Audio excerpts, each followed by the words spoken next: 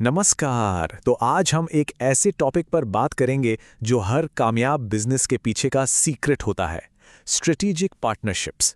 चलिए समझते हैं कि ये काम कैसे करती हैं और ये इतनी ज़रूरी क्यों है।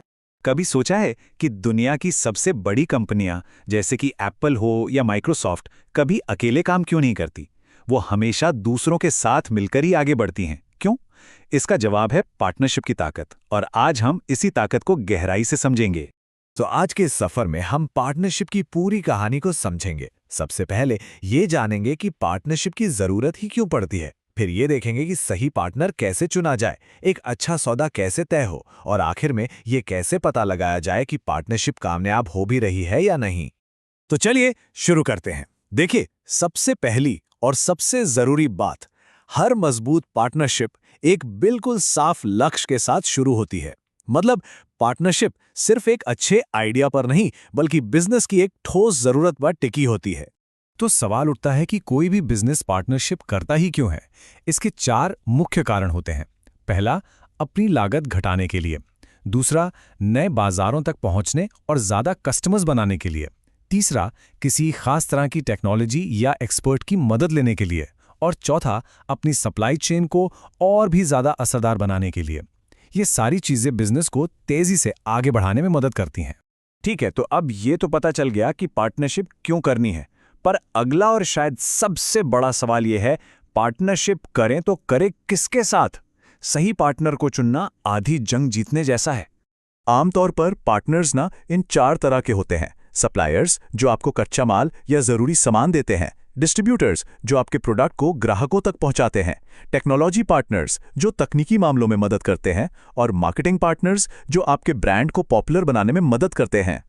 अब बात करते हैं कि ये साझेदारियां असल में दिखती कैसी हैं। पहला है जॉइंट वेंचर, जहां 2 कंपनियां मिलकर एक बिल्कुल नई कंपनी बना लेती हैं। दूसरा है लाइसेंसिंग अग्रीमेंट, जिसमें किसी और की टेक्नोलॉजी या ब्रांड नाम इस्तेमाल करने का हक मिल जाता है। फिर आता है को मार्केटिंग, जब 2 ब्रांड्स मिलकर प्रमोशन करते हैं, जैसे नाइकी और एप्पल ने किया था। और आखिर में है चैनल पार्टनर्स, जो आपकी सेल्स और डिस्ट्रीब्यूशन को बढ़ाने में मदद करते हैं। चलिए अब आते हैं किसी भी पार्टनरशिप के दिल पर, यानी वैल्यू का लेन देन।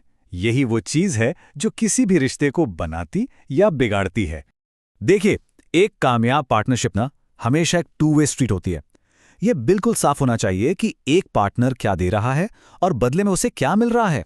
जब ये लेन देन का तराजू बराबर रहता है तभी रिश्ता मजबूत बनता है और लंबा चलता है। और हाँ, ये सिर्फ पैसे या रिसोर्सेज का लेन देन नहीं है। एक सच्ची पार्टनरशिप में जोखिम और जिम्मेदारियां भी बांटी जाती हैं।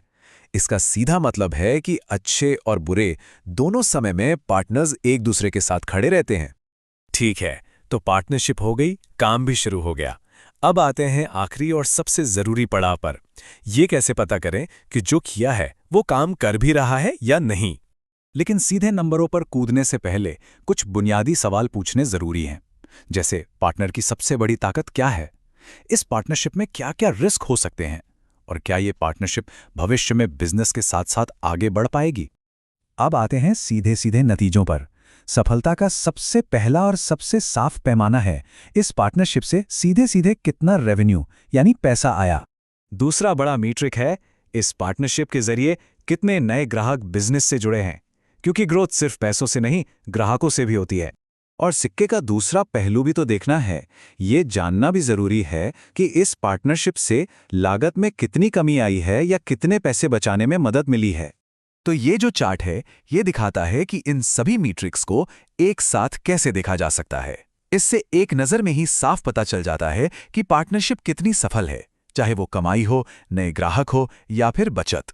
तो अब तक हमने जो भी समझा उसे एक साथ लाते हैं और एक आखिरी सवाल पर सोचते हैं जो हर बिजनेस के लिए सबसे अहम है। अंत में ये सवाल खुद से पूछना होगा, किसी भी बिजनेस की ग्रोथ और कामयाबी के लिए आखिर कौन सी पार्टनरशिप सबसे ज्यादा मायने रखती हैं? इसका जवाब ही कामयाबी का रास्ता तय करेगा। हमारे साथ जुड़ने के लिए धन्यवाद।